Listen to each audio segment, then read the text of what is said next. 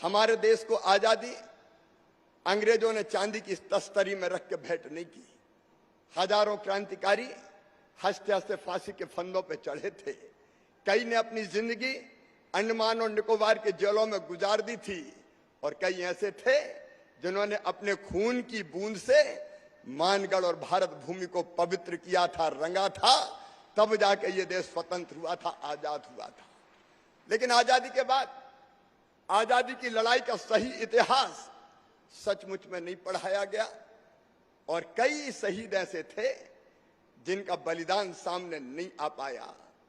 और मानगढ़ में जो कुछ हुआ, मैं इसलिए नहीं बताना चाहता कि महेश जी ने विस्तार से आपको बताया है, लेकिन अपनी धर्म, अपनी संस्कृति और अंग्रेजों को चेतावते हुए गोविंद गुरु जी के नेतृत्व में भूरटिया नहीं माने रे, नहीं माने रे, अंग्रेजों की चुनौती को स्वीकार किया और 1507 से ज्यादा भील भाई और बहनों ने यह बलिदान किया। सचमुच में बलिदान की भूमि है। मैं प्रणाम इसलिए करना चाहता हूं आदरणीय नरेंद्र मोदी जी को कि आजादी के वो क्रांतिकारी जिनका नाम सामने नहीं आ पाया, उनके बलिदान स्थल पर अगर स्मारक बनाने का फैसला किया तो हमारे प्रिय प्रधानमंत्री श्रीमान नरेंद्र मोदी जी ने किया। पूजे न गए शहीद तो फिर ये मंत्र कौन अपनाएगा? तोपों के मुंह से कौन नकल छातियां अपनी अड़ाएगा? चूमेगा फंदे कौन, गोलियां कौन बख्श पे खाएगा? अपने हाथों अपने मस्तक फिर आगे कौन बढ़ाएगा? पूजे न गए शहीद तो फिर ये बीज कहां से आएगा? धरती को मां कहकर माटी माथे से कौन लगाएगा? और शहीदों के पूजन की ये परंपरा फिर से प्रारंभ की है हमारे प्रधानमंत्री जी ने। यहाँ की मानगढ़ की अमर गाथा, जहां 1507 से ज्यादा भील भाई और बहनों ने बलिदान दिया, आज सचमुच में वो जहां भी होंगे उनको लगता होगा कि हमारा बलिदान याद किया जा रहा है। मध्य प्रदेश की धरती पर भी, चाहे वो हमारे टंटा मामा हो, चाहे भीमा नायक हो, रघुनाथ शाह हो, शंकर शाह हो, ऐसे आजादी के जो हमारे दीवाने जनजाति नायक थे, उनके भी स्मारक बनाने का काम किया है।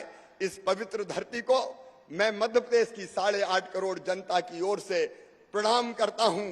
कल से ही मध्य प्रदेश से आने का यहाँ तांता लगा हुआ था।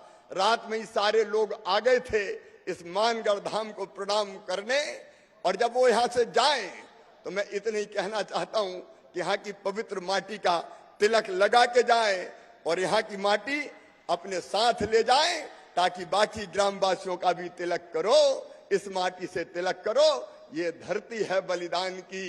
और कभी किसी ने जो कहा था कि आजादी के लिए जिन्हें सबने उछावर कर दिया उनको कोई याद नहीं करेगा, लेकिन आज नरेंद्र मोदी जी भारत के प्रधानमंत्री है। अब शहीदों की चिताओं पर लगेंगे हर वर्ष मेले, वतन पर मरने वालों का यही बाकी निशा होगा। वो हमेशा पूजे जाएंगे, वो स्मरण किए जाएंगे, वो याद किए जाएंगे। चाहे गुजरात की पवित्र धरती हो जहां स्मारक बना, चाहे मध्य प्रदेश की धरती हो, और चाहे राजस्थान की धरती हो, और चाहे देश की धरती हो, अपने जनजाति भाई और बहन जो स्वाभिमान के साथ जीते, सच्चे देशभक्त हैं, उनके लिए अनेकों कल्याणकारी काम भी। सबसे बड़ी बात यह है कि जनजाति गौरव दिवस 15 नवंबर को पूरे देश में मनाने का फैसला किया तो प्रधानमंत्री श्रीमान नरेंद्र मोदी जी ने किया, और पिछले साल धूमधाम से मनाया।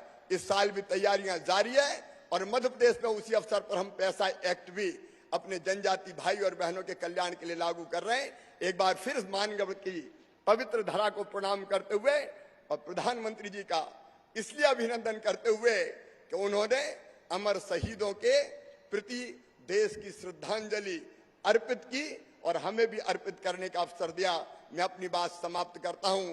बोलिए मानगढ़ धाम की, भारत माता की, गोविंद गुरु की, बिरसा भगवान की, टंटा मामा की। बहुत बहुत धन्यवाद।